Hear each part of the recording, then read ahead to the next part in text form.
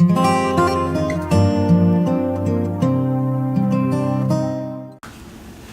bless you. I'll be doing the teaching tonight. It's about leaders don't burn out. Yahweh is sufficient. So before we get started, we'll be obedient to 1 Corinthians 14. If somebody'd like to speak in tongues and interpret, props have to use do. Go ahead, Eli. Shakatwa minister no ko shima laichai. Lama sono ko lama se kosha maigola. Lama koshi malipsa no kola. Lima sono ko le pisanu shimola kasa noi. Lama no koi semachino ka. My children, you must always know that I am number one. Nobody in the whole earth is more important than me. I am the most important. You should always value me as the most important. Always put me first, even before yourself. Just remember, I am the one who created you, and you were made to praise me. Amen.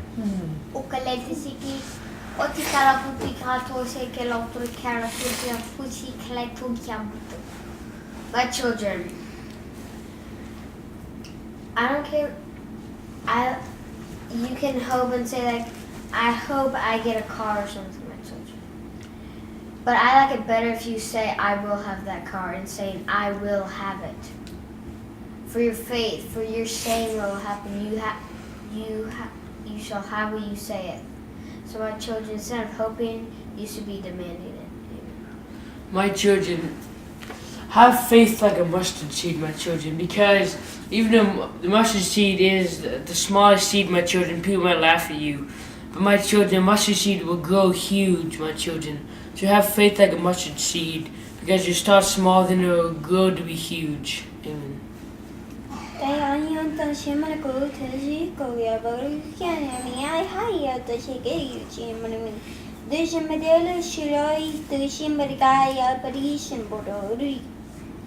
I am leading you one way. I am leading you, and I want you to follow. And as you follow, there will be trials, and there will be hardships. But know that those trials and those hardships are only temporary for the things I have planned for you at the end of this path.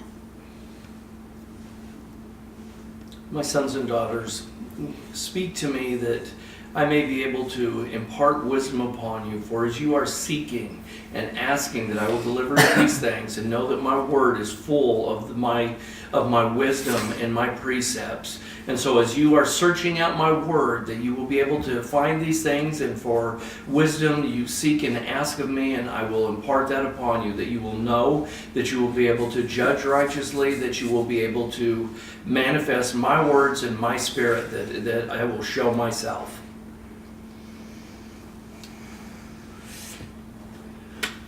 And thank you, Heavenly Father, for all those words. Well, I'll give a prophecy. For it's time for you to believe. Let everything else fade away. Focus on me. Focus on what I think. Focus on, just let everything else disappear. It's you and I. We've had these talks before. And when you focus on you and I, and you know that how much I adore you and I cherish you, that everything can fade away, and you'll be able to achieve everything I've called you to do. All right. Are you going to burn out? Nope. This is a good question. Why? So, what are you doing intentionally to not burn out?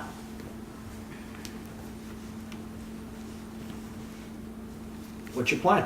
What do you have? You have to continually sharpen and clean, and it's a continual daily battle that you are focused in it. I think about it, if you put steel in salt water, if you leave it there for too long, you come back and it's all rusted and decaying, has pits and holes in it. And I think the same thing with our life, that we have to do the same thing. We've got to continually fight that. The world is against us. And so we have to stand with what we know, with the word, that we have a finite, here's the line that Yahweh calls us to be. And as we intersect back and forth, we've got to focus in on that and clear all the other garbage out. Mm-hmm.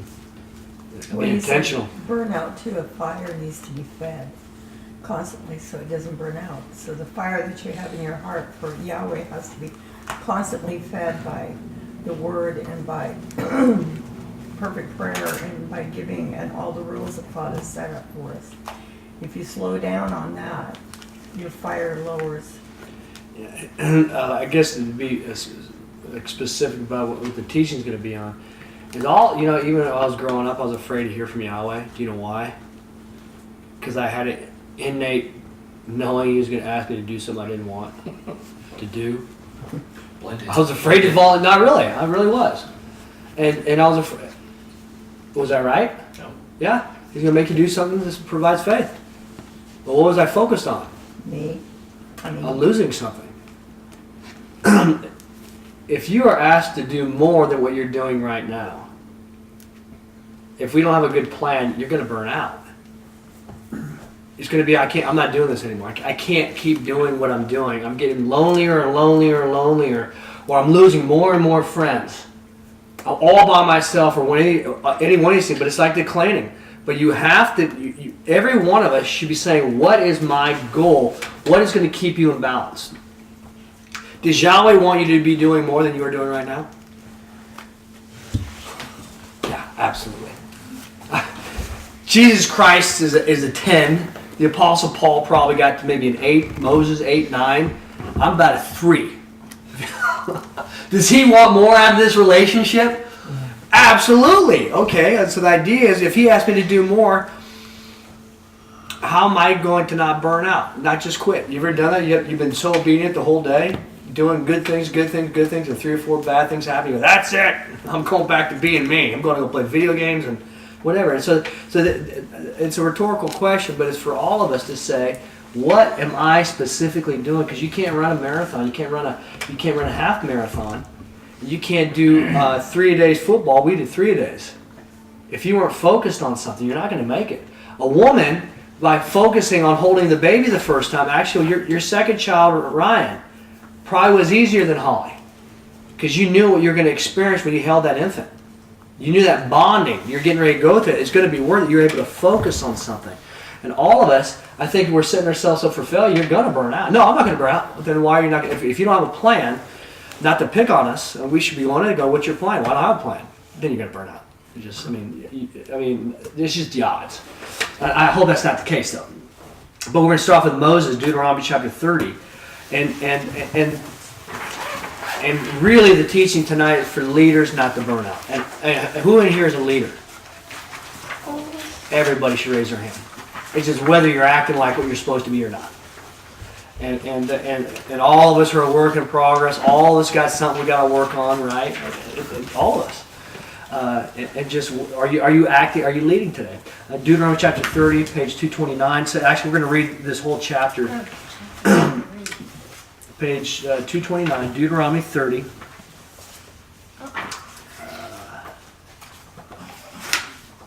If an adult would read this. And it shall come to pass when all these things shall come in upon thee, the blessing and the curse which I have set before thee, and thou shalt bring them back unto thy heart among the nations whither Yahweh thy Elohim hath driven thee. And thou shalt return unto Yahweh thy Elohim, and shalt hearken unto his voice, according to all that I am commanding thee today, thou and thy sons with all thy heart and with all thy soul. Then will Yahweh my Elohim bring back thy captivity, and have compassion upon thee, and return and gather thee from among all the peoples whither Yahweh thy Elohim hath scattered thee. Though thou be driven out unto the uttermost parts of the heavens, from thence will Yahweh thy Elohim gather thee, and from thence will he fetch thee. And Yahweh thy Elohim will bring thee into the land which thy fathers possessed, and thou shalt possess it. And he will do thee good, and multiply thee beyond thy fathers.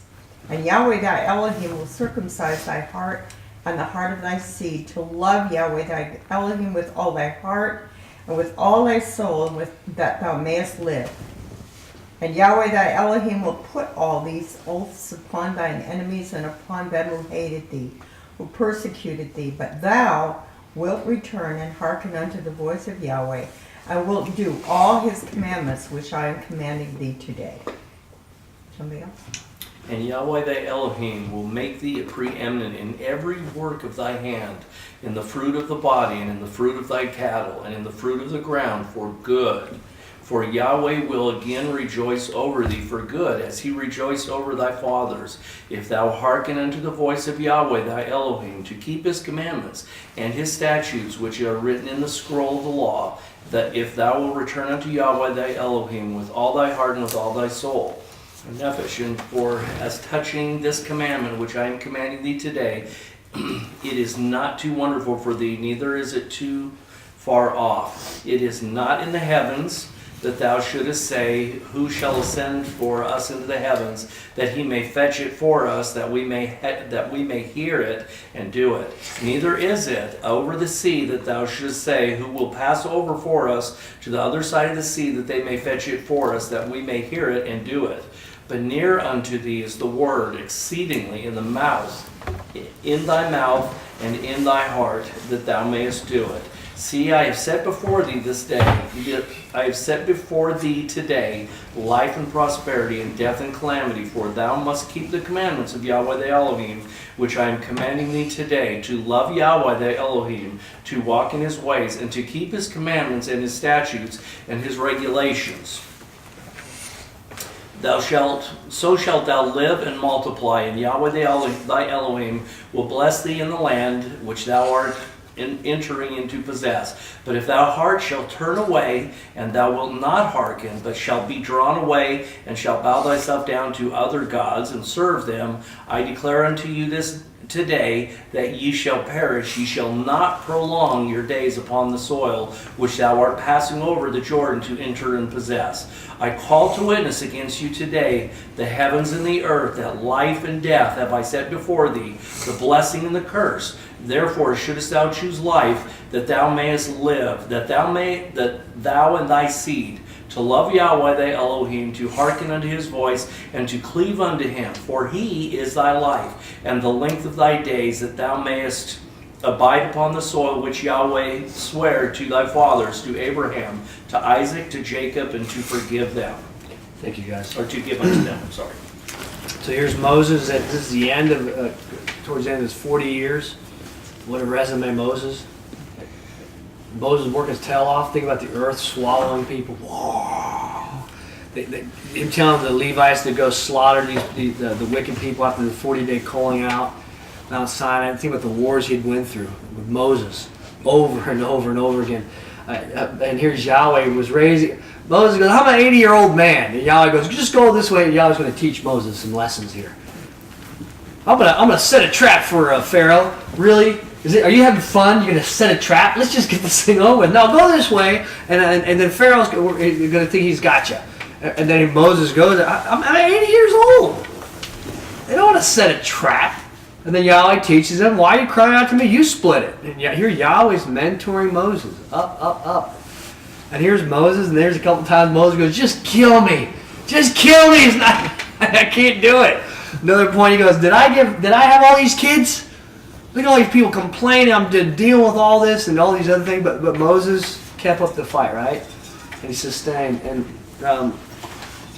at the end of this, here's this thing. He goes, look, death and life are in front of you, which his niece says, it says life and prosperity, death and calamity. You choose. Right? You want death and calamity? That's disobedience. Now, it doesn't look like death and calamity. It looks like fun and exciting. It's the lust of the flesh. 2 John 2:15, be not loving the world, nor the things that are in this world. For all that is in the world, the lust of the eyes, the lust of the flesh, and the vain grandeur of life. So that's the lust of the flesh. And if you do what Yahweh says, guess what's going to happen? You'll have a great life. Big warning. Could they trust Moses? You think Moses has finally got them groomed up, right? Right? Okay, all right. And so here it is. Here's the laws. This is not new. It's the same thing. Obey the word. Obey, obey, obey. And he set this before him. And then the next part, you read Moses prepares to depart. Commends Yehoshua, writes and gives in charge the law, prepares and teaches the witnessing psalm. Okay, here this whole thing is. Now, some adults would read for me. We're going to read 31 through about 17. 1 through 17. Israel, why don't you? Moses went up and spake these words unto all Israel, and said unto them, 120 years old am I today. I can no more go out and come in. Yahweh indeed hath said unto me, Thou shalt not pass over this Jordan. Yahweh thy Elohim is passing over before thee. He will destroy these nations from before thee. So shalt thou dispossess them. Yahushua is passing over before thee, as Yahweh has spoken. So will Yahweh do unto them as he did unto Sihon, and unto Og, king of the Amorites, and unto the land of them whom he destroyed. So will Yahweh deliver them up before you, and ye shall do unto them according to all the commandments which I have commanded you. Be firm and bold, and do not fear nor tremble because of them, for Yahweh thy Elohim is who is going with thee. He will not fail thee nor forsake thee. You know how scary this would be? Moses, you're not going. Elijah, what if your dad says, you and Esther are going to go hunting without me? Elk hunting. What? No, you're used to following him, right? Okay, it's fun, but he takes the responsibilities. You don't have to worry, right? No, you're going next. You and Esther. Elk hunting.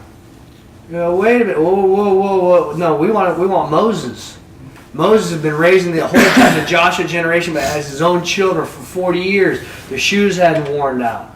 The man is there. They're learning the Sabbath. They're learning these things. Obedience. Yahweh's number one, just like his teaching. And now all of a sudden Moses isn't going. Is that a stretching? Is that comfort? And here Moses goes, I'm 120 years old. I'm 120. And here Yahweh's been stretching Moses for 40 years. And so you can see this and go, be firm and bold. And that's how Yehoshua, look at Joshua starts. Joshua, be firm and bold, he tells them. And then they respond to him, be firm and bold to Joshua. That's the beginning of Joshua. But here we are. And so here's Moses, okay. Somebody start reading verse 7. I will. Thank you. And Moses called for Yehoshua and said unto him in the sight of all Israel, Be firm and bold, for thou shalt go with this people unto the land which Yahweh sware unto your fathers to give unto them, and thou shalt so cause them to inherit it. But Yahweh it is who is going before thee. He will be with thee. He will not fail thee nor forsake thee. Thou must not fear nor be dismayed. You said through 9. And Yeah. Moses wrote this law and delivered unto the priests and the sons of Levi, who were bearing the ark of the covenant of Yahweh, and unto all the elders of Israel. So isn't he, here's Moses. Think of Moses, if Moses is a father to Yehoshua. I don't know a whole lot about Moses' two sons or his wife. But we do know Yehoshua was there. Who is my brother? Who is my sister? My mother. Mark 3:35. Those who do Yahweh's will. That's my family. Right? Here's Moses. Here he is. And here's a father going, Yahweh's your sufficiency. Not Moses. Yahweh's your sufficiency. Not Moses. And it says over here, be firm and bold. Yahweh, thy God is he that is going for you. Then Moses also says, who killed Og? Yahweh killed Og. It's not Moses. Okay? Then Yahweh's going to do this. And how is Moses saying these things? Who's telling him to say it? So Moses is prophesying that Yahweh's going to take care of you. Okay? Okay, you think that'd be a little bit scary? What if Mama and Granddad said, we have to leave for a couple of years, Mel. Keep the house going. Keep studying. Do you have Christ in you? Okay. Yeah, it's a little bit scary, right? You can do all things. You're okay, but this could be a scary thing. We could all kind of vent a little bit. Oh, but here's Moses. And now verse 10, Moses commanded them, saying, at the end of 7 years, in the appointed season of the year of release, during the festival of booths, when all Israel cometh to see the face of Yahweh thy Elohim, in the place which ye shall choose, thou shalt read this law before all Israel in the hearing. And this is Moses' retirement party. 120 years this guy's been serving. Man. And he wasn't worn out. Deuteronomy 34:7. Moses fresh is not fed, nor his eye had dimmed. He probably had a really long beard though. Even as I was quoting, that's one of my scriptures. I start up in the morning. Deuteronomy 34:7. Moses freshest and not fed, nor his eye dimmed. And that's what I'm claiming these days. I bet you Israelites are like, really? That's Moses? Because did Moses have a mansion? No. Not as far as we know. How would you know who he was? I bet you he's a guy out there working his butt off, chopping wood or something like that. But he's just kind of like, wow, who is this guy? Probably had a big beard is all I can think of. What verse did I stop at?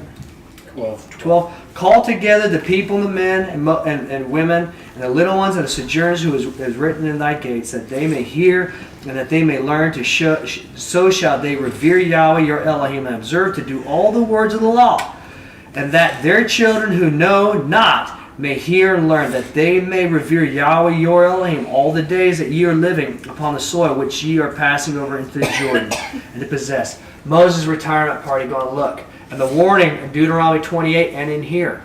There's a curse. That which you sow, you will reap. You'll go back into captivity if you rebel. Moses goes, Yahweh is your sufficiency, not me. Do the word or you will be a slave again. And here, that was Deuteronomy 30. Here's Deuteronomy 28. Here's the promises, the blessings, and the cursings. Is Moses' farewell? Do you think that this was kind of an emotional time? Are you kidding me? Especially between Joshua and Caleb, going to go, really? You're not going to go with us? But you're great. You're in good shape. I just saw you doing pull-ups. He said, I'm not supposed to go. You sure about that? No, I'm not supposed to go. Now here's the next part. This would be the dissidence. You guys know what dissidence is? It's a new word for me. In a song or in music, it's a perfect story. Let's think about storytelling. You guys just tell me what's a good story. There's a guy that was born to a good mom and dad. He had a healthy life. He never had any problems. He got a job. He got a wife, kid, children. Never had any fights, and that's the end of the story. Is that a good story? Or there's an 8-year-old boy who's living in his house all by himself with no parents, and when he crawled out of his hole in the field that he stole from a badger one year, he looked up and he went out to go get honey that day. What is this? A boy living in a hole, a badger, no parents? What is that? Is that a good story? That's a good story. We can look at stories, and dissidence is going to be, something's not right. How are you going to bring that back? Because even as I made up that story, you're going to say, there's a lot of missing pieces here. Where is his parents? Why does he live in a hole? Right? It doesn't make sense. We can look at teachings or even songs. I remember I was trying to write some songs, and my dad goes, you really need a chord or something there. It's too repetitive. It's over and over and over again. Now, Canon in D major is one of the few songs that can go over and over and over again. Otherwise, it's really boring. We can understand it, right? But when they pointed at us, we're like, whoa, wait a minute, I like boring. I don't want anything going up and down and stuff like that, but we do. But it's a thing right here. So here's Moses. Is somebody's phone going off? What's that noise? Sorry, it's distracting. I think your phone went off. But anyways, here's Moses saying their goodbyes. Now verse 14. Now who's speaking? Yeah. Then said Yahweh unto Moses, these are his children, millions and millions, learning that Yahweh's it. It's not me, it's Yahweh. Yehoshua's ready. You guys are going to be fine. Trust me, you guys are going to be fine. I've raised you up. We called out the wicked ones, right? You guys remember when the earth swallowed it? Yahweh swallowed them. Remember this? Remember you remember these things? And they're going, okay, and here Moses, okay, now Moses, now Yahweh goes, Moses, let's go have a talk. Lo, the days have drawn near that thou must die. Call Yehoshua and station yourself in the tent of meetings, that I may command him. Now I like to think, whenever Yahweh, not whenever, I'm trying to speak in absolutes, but a lot of times when Yahweh went to go talk to somebody, he'd say, remove your shoes. It's clean white carpet. Just clean the carpet. Take your shoes off. And so I like to think when they went into the tent of meetings that Moses probably removed his feet. And then how would he meet Yahweh? I removed his shoes, not his sandals, so I removed his feet. But I believe he would have been like this. Waiting on Yahweh. Here you go. We know about the cherubims with the Ark of the Covenant. Their faces were cut. You couldn't even look at them. And to me, when I go pray and stuff, I don't like saying this because sometimes I'm guilty of it. That if I don't circumcise my heart, if Yahweh walked into the room and you Jesus Christ, I'm like, hey, how you doing, man? Fist bump. No, man, I would have fall down on my face. But here's a tent of meetings. I believe Moses and Yehoshua are going to go to the tent of meetings and try to use your imagination. How is Aaron Yehoshua and Moses, how are they going to be in the tent of meeting? On their face. Dude, this is the end of his retirement. Is this going to be an important meeting? Yeah. Joshua, you're the guy. Really? Oh, man. I don't know if I'm ready for this. You're probably not. Really? Yeah, of course not. You're going to have to produce faith. You're going to have to lean on Yahweh even more. I can't do this. Of course you can't do it. He's not asking you to do something you can do. He's asking you to do something you can only do with him.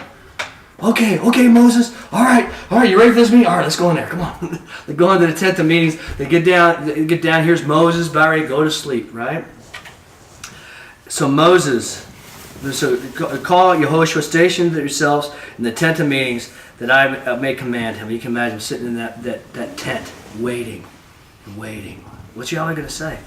So Moses went with Yehoshua, and they took their station in the tent of meeting.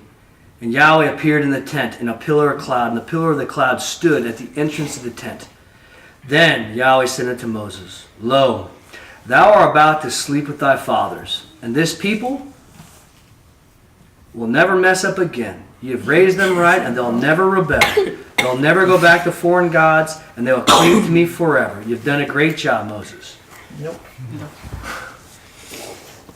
What does he tell Moses at the farewell? What's he say, Elijah? Why don't you read that? And this people will rise up and go away unchastely after gods their own of the foreigners of the land. And Do you think Moses' skin started crawling? Yeah. You're gonna sleep. Good job. These people are about ready to rebel after other gods. He's going. Can you imagine them going? What are you talking about? After all we've done? And you can imagine Joshua's going. What do you mean they're going to rebel? He just got done saying Deuteronomy 30. They know all about this. And what does Yahweh say in this meeting? They're going to rise up. After other gods and foreigners of the land, into amidst whom they are entering, and they're going to forsake me and break my covenant, which I have solemnized with them. Then my anger kindle upon them in that day, and I will forsake them, and I will hide my face from them. They shall be consumed. And my many calamities and misfortunes shall find them out. And they will say in that day, is it not because my Elohim is not in my midst that these calamities have found me? But I will utterly hide my face in that day because of the wickedness which they have done, and that they have turned away into other gods. If I was Moses, I'd be like, why are you telling me this? I don't want to know what's going to happen. Because you can imagine things are going pretty good, right? What does Yahweh tell them? Oh, yeah. They're going to throw parties, do all kinds of garbage. And the neat thing when it says down here, verse 18, and I'll utterly hide my face in that day. E.W. Bollinger says, why is Yahweh's name not in the book of Esther? And then you could also say that about other Bibles in the captivity, Daniel, when they're being carried away. And he goes, because Yahweh says he will hide his face when they're in rebellion. The United States, what is our God? Government. You're going to say, well, why don't we even know who Yahweh is? You kidding me? Look how wicked some of this stuff is. And we got so much stuff. We got children sacrifices to Balaam or whatever, Baal, and all these other different things, enslaving people and over, all kinds of slaveries and stuff. But here's the whole thing. But the point of it is, after he tells Moses this, and then he's going to tell now, Moses, I want you to write a song and go sing it. I don't feel like singing. I'm bummed out. After all I did, you guys ever see it with the kids? Or for the fellowship? Somebody's been going so good, then all of a sudden they just, are you going to burn out? Are you going to burn out? Am I going to burn out? Okay. And so it could be very we're going to go to Joshua chapter 24. So Joshua's going to take over. And at the end of Joshua's ministry, we look at the way ministry and stuff like that. We look back and go, what happened?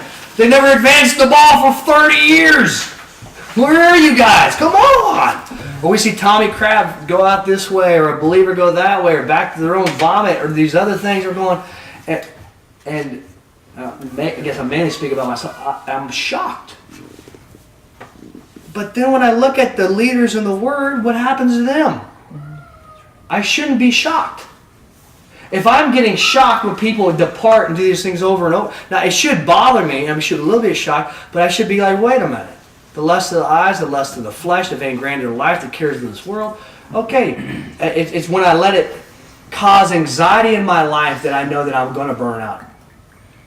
Because I think all of us can say, be anxious for what? Nothing. Nothing.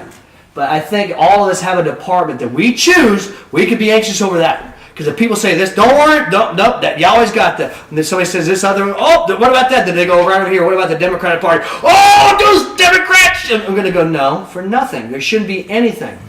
And it's not easy, but all of us should go and say, what do I have that causes anxiety? But when we look, we go, what's the next generation going to do? What are my children going to do? These things, we should go back and go, hey, how did Moses do it?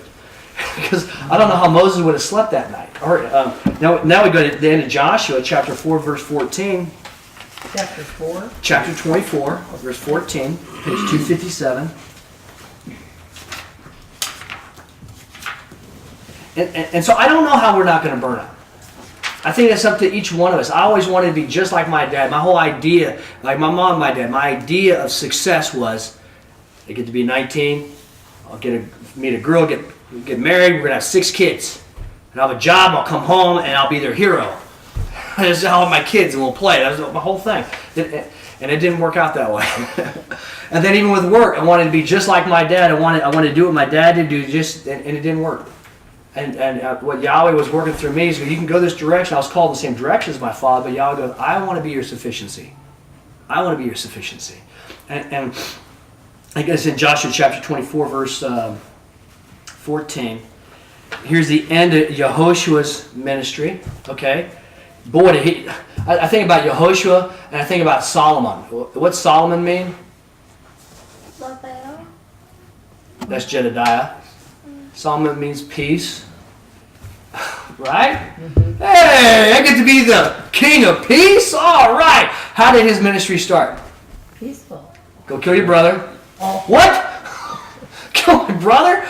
Here's Joab. I'm going, wait a minute, Dad. Oh, Yahweh, hey, you forgot my name, man. Well, how did he have to start? He had to produce a lot of faith. He had to earn it. He had to earn something there. And then here's Joshua. Here he goes. And then it wasn't until they get to Jericho. And here's Achan. That quickly. And then here's the end of Joshua. Maybe they're in line now at the end. He says, as for me and my house will serve Yahweh, right? And I love this. Man, we're going to get to meet Yehoshua someday. Verse 14. Now therefore revere ye Yahweh and serve him in sincerity and in truth, and put away the Elohims which your fathers served beyond the river and Egypt, and serve ye Yahweh. But if it be a vexation in your eyes to serve Yahweh, choose ye yourself today whom you will serve, whether the Elohims which your fathers served, that beyond the rivers of the gods, the Amorites, in whose land ye are dwelling. But I and my house will serve Yahweh. Then the people respond and says, far be it for us, we'll serve Yahweh. They go, oh, we'll serve Yahweh. What does he respond in verse 19? How about a kid read that? Verse 19. What is his response to them? They go, we will serve Yahweh. What does he say in verse 19? Then said Joshua unto the people, you cannot serve Yahweh, for a holy Elohim he is, a jealous Elohim he is. He will not forgive your transgression nor your sins. Because you can't serve Yahweh. What? This is his farewell. And he gets right in their face and he grills them. You cannot serve him. Well, how does he even know I have gods? I go, hey, you know what? You got phones, you got internet, you have pornography, you have the lust of the flesh. It's right there. It'd go, you have to look it right in the face. And I was reading on the parallel Bible, and they believe that Yahweh, through Joshua, was looking right through the people, and here's people in their tents. Nobody knows what I'm doing. And it could have been whatever it was, lust of the eyes, coveting, lust of the flesh, whatever this stuff was. And you could see they already had it. Now, how long, when here's Izzy's children, how long are they going to have to wrestle with the lust of the flesh? All their lives. Yeah, it doesn't go away. And so the idea is, even there, it says Joshua knew that they were going to have a fight. You have to take it to him. But even at the end of Joshua, verse 9, they go, verse 21, nay, but Yahweh we will serve. And they go, okay. In verse 21, he goes, now therefore put away your gods. And here Yahweh's looking right in their face, and that's the end. Going to go, man. But here's Joshua as he's wrapping up his ministry, going to go, and here's Yahweh speaking through him. He goes, you got to be kidding me. They got gods? After all the work I did. Let's see here.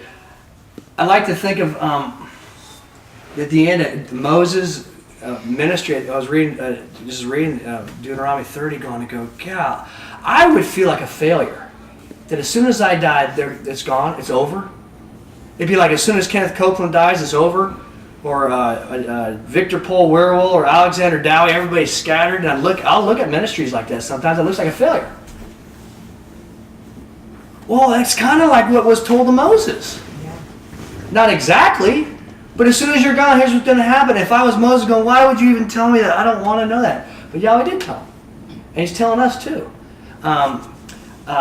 And I can imagine, here's Moses in the tent. Now, who produced more faith than anyone sitting in this room? It would be Moses. And here's Moses in the tent, and Yahweh speaking. And he said, as soon as you die, they're going to rebel. What? What do you think was racing through his mind? And now Moses didn't have the book of Philippians, but we do. And as soon as we get some new information or something, as soon as Moses started worrying about tomorrow, what could he have said? He could have said Philippians 4:6. What's that say? Be not anxious. Be anxious for nothing. Be anxious for nothing.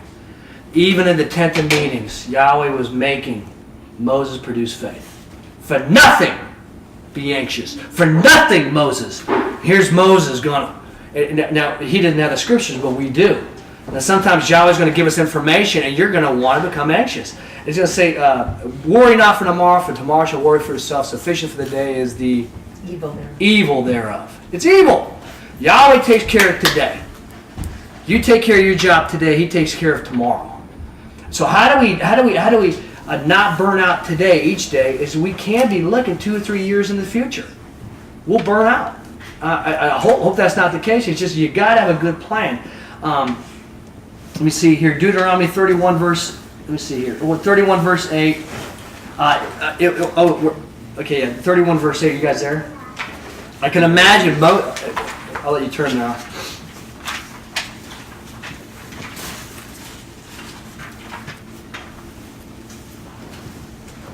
I can imagine Moses hears that they're going to rebel as soon as he goes to sleep. They're going to do this. They're going to be carried off captivity, all kinds of stuff. And I would think if I was Moses, I can't retire. I can't retire. No. Is he worn out? Yeah. No. His eyesight not dim, his freshness is not fled. But he's tired. He wants to retire. So and Yahweh goes, as soon as you go to sleep, the sheep are going to be scattered. And if it was me, you know what I would want to do? I can't retire. I can't. At least this is me.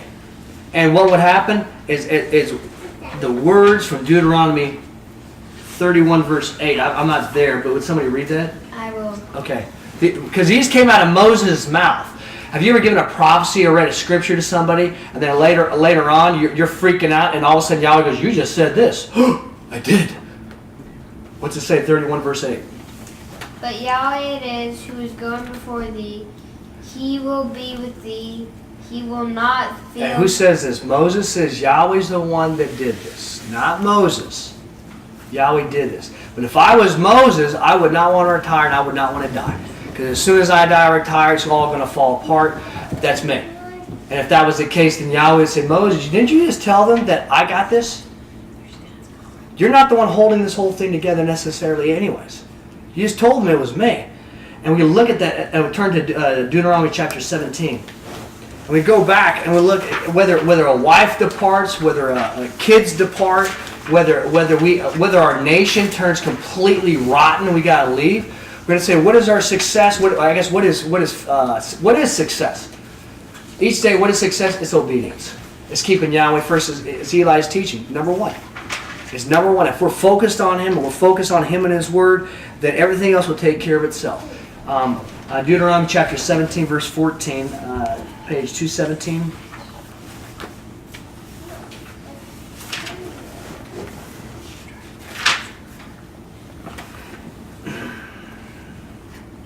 And so here's Yahweh's going to tell Moses about kings. When you're going to have a kings, neat stuff here, because when thou shalt enter into the land which Yahweh thy Elohim is giving unto thee, and shalt possess it and dwell therein, and shalt say, I will set over me a king like unto the nations. that are round about me. Then it's going through all this stuff. It's going to say that Yahweh will choose who's going to be the king. Then it's going to go through some other different things. Don't multiply horses. Don't multiply wives. But verse 18, this is the important one. Would somebody read that for me? 18 and 19. I will. But it shall be, when he sitteth upon the throne of his kingdom, then shall he write for himself a copy of this law upon a scroll out of that which is before the priests the Levites. So shall it be with him, and he shall read therein all the days of his life, that he may learn to revere Yahweh his Elohim, to observe all the words of his law and these statutes to do with them. Okay, who here thinks Donald Trump's busy?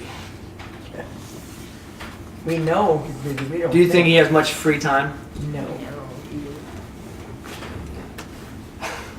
Do you have free time? Yes. Most of us, I mean, no, I don't have any free time. But then you compare it to Donald Trump, yeah, I got free time compared to that guy.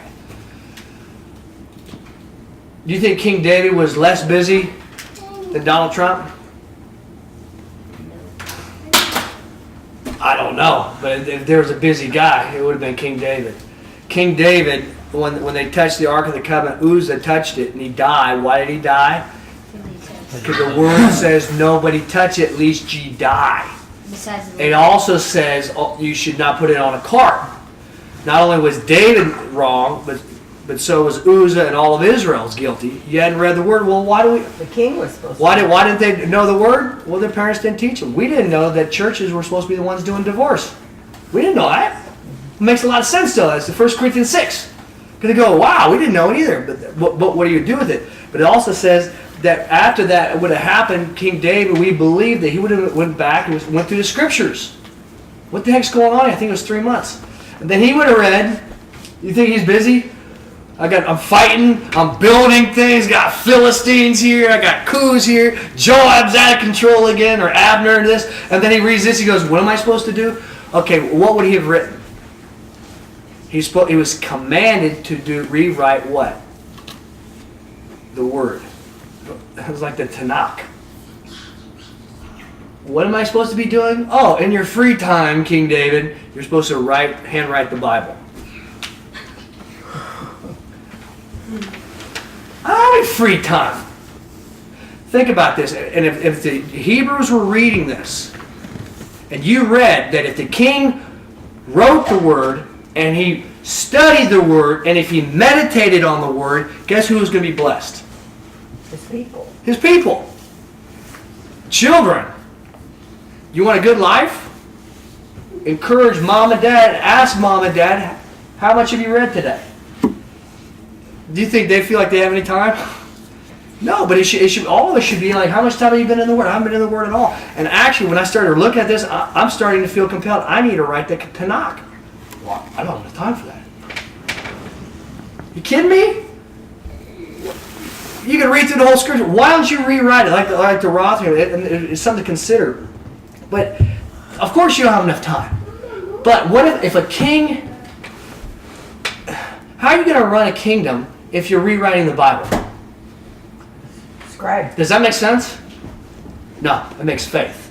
Yahweh will take care of the kingdom. There's always going to be things outstanding, not going to work out.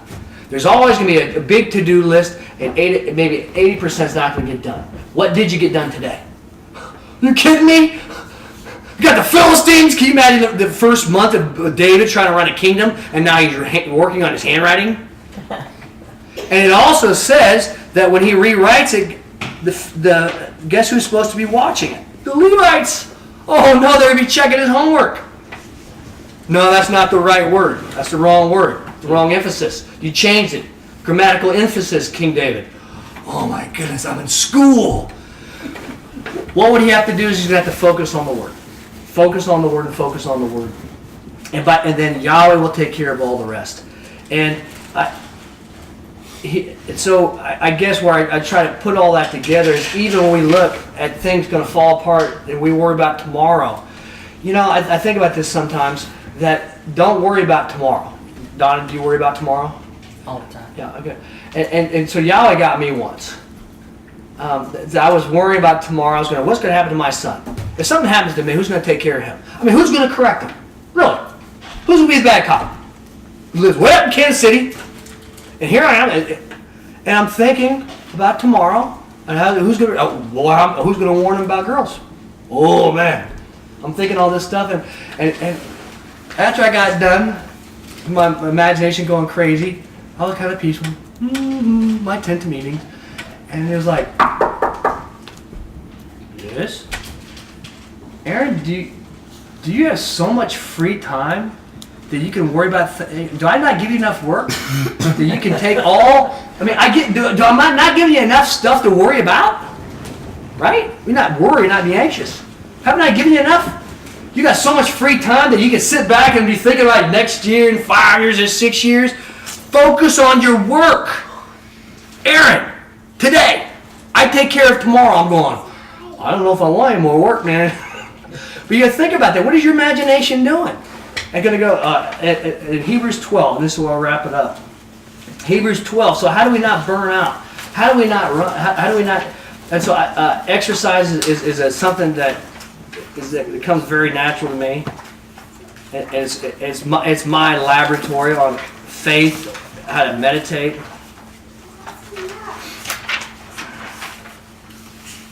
And if you're going to try to run or whatever, you're going to try to do anything that's exhausting, you got to control this. You have to. You know what? Isaiah, you know how long you're going to have lust of the flesh? Do you know how long you're going to have to kill your flesh? Your old man, these thoughts, for the rest of your life. I used to think that when I'll be turned 22, 25 years old, I'm not going to worry about those things anymore because I have a family. No. You have an old man. All of us do. And whatever your weakness is probably going to have to deal with it all the time. And there's a good side to it. You can get really good at hunting it. I'm going to kill that sucker. And I'm ready for it to pop up. And I go, the love of God thinketh no evil. And even when my old man, I didn't think there's two brains in there. I'll be minding my own business, la la la la la. And all of a sudden, where did that thought come from? And then I'm like, oh, I feel so guilty. And I'm like, no. That's not my thought. The love of God thinketh no evil. I grab it by its face and I throw it out the door and I slam the door. Showed him. I have nothing to do with that. You know that. There's no problem with the old man, right? It's just what you do with it. Don't entertain it. Don't even feel guilty about it. Get rid of those thoughts. But you have that the rest of your life. You have to control your thoughts. What is your weakness? Everybody's got a weakness. Is it romance? Is it whatever? Hebrews 12:1. Therefore, indeed, saying that we also have encircling us so great a cloud of witness, stripping off every encumbrance and easily entangling sin. Are you worried about tomorrow? Are you sinning about tomorrow? Strip it off. Focus on today. With endurance, let us be running the race that is lying before us. Looking away into our face, princely leader, perfecter Yehoshua, who in consideration of the joy lying before him endured a cross, shame despising, and on the right hand of the throne of Elohim, or Yahweh, taken the seat. It says. It also says, run your race in a way in which to win. I think it's 2 Corinthians 9. 1 Corinthians 15:52 says, in a moment, in the twinkling of an eye, during the last trumpet, for it shall sound, and the dead shall be raised incorruptible, and we shall be changed. When is Christ coming back? We don't know. Man, control your thoughts. Control your thoughts and control your thoughts. Think about this. Jesus Christ, he goes to his disciples, I'm going to be tortured worse than anybody. They're going to deliver me. Peter goes, not so, Lord. And they're having a real hard time understanding what Christ is getting ready to go through. But he goes, wait for me in Galilee. Right? Wait for me in Galilee. Did Jesus Christ know everything? Or did he have to produce faith? He had to produce faith too, right? So he... Can you imagine in the Garden of Gethsemane? Here's Yehoshua. Take this cup from me. Take this cup from me. Take this cup from me. And no, okay, all right, I'm ready to go. Ain't going, Yehoshua. They're going to be scattered. They're not going to be waiting for you. They're going to be. What are they going to be doing? Can you imagine him thinking about tomorrow? What's going to happen to these guys? And actually, when he does come back, where are they? Fishing. Yeah, I love that. He goes, I told you to wait for me in Galilee. There's no banners. There's no balloons. There's Mark Hankins. Hey, there's supposed to be a resurrection party. Where is everybody? He goes, I had to look everybody up. go one by one by one by one. It was good for Yehoshua not to know that, right? Yeah. But when he got to it, he dealt with it. Well, you can deal with it when you get to it. Yahweh takes care of the future. And if we take care of it today, are you going to burn out? And I think that's something we should all do. Just say, what is your plan? We don't want to all burn out. No, we don't want it. And then we're going to look at things and go, well, then who's going to take care of them? Yahweh will. Okay. Thank you, Father, for these tonight. We thank you for the teaching and for these words. Don't be anxious for tomorrow, and don't let anything burn you out. I don't burn out. And I put things on you, easy burdens that look very difficult, but they produce faith. But there is joy, there is peace with me. And together we can live this life in great harmony, where we can have joy, overflowing, exulting, wonderful moments, even in the midst of the storm. Take care of the things that I put on your desk. Control your thoughts, and when your thoughts go about tomorrow or other unprofitable things and your peace goes down, repent and come back into my word. Focus on my word, and it will bring balance right back, and you will sustain. And when my son comes back for you, you'll be thankful how you spent the last hours of this life. Amen.